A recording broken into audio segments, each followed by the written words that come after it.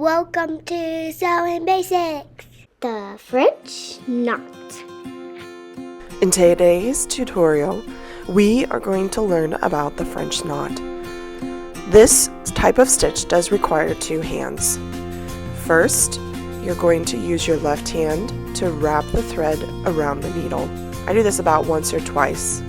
Next, you're going to push that needle back into the fabric, but make sure you're not going into the same hole that you just came out of. Now pull the thread securely through. I'm going to do this again a couple times. So pull your needle through for wherever you would like to do that stitch. Next, you're going to grab that thread and wrap it 2 to 3 times around your needle.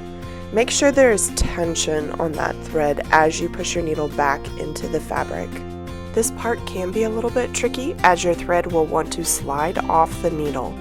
And remember that when you push the needle back through, you want to not be in the same hole, but you want to be really close to the hole that your thread came out of. Pull that thread securely and you should have a nice little knot.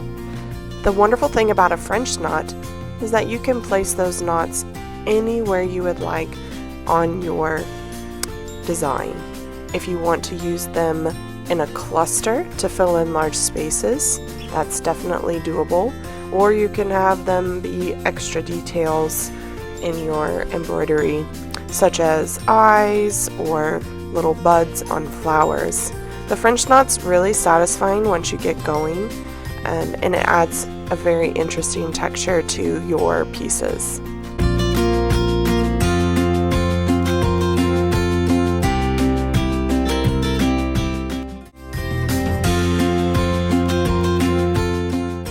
I hope you enjoy this stitch as much as I do.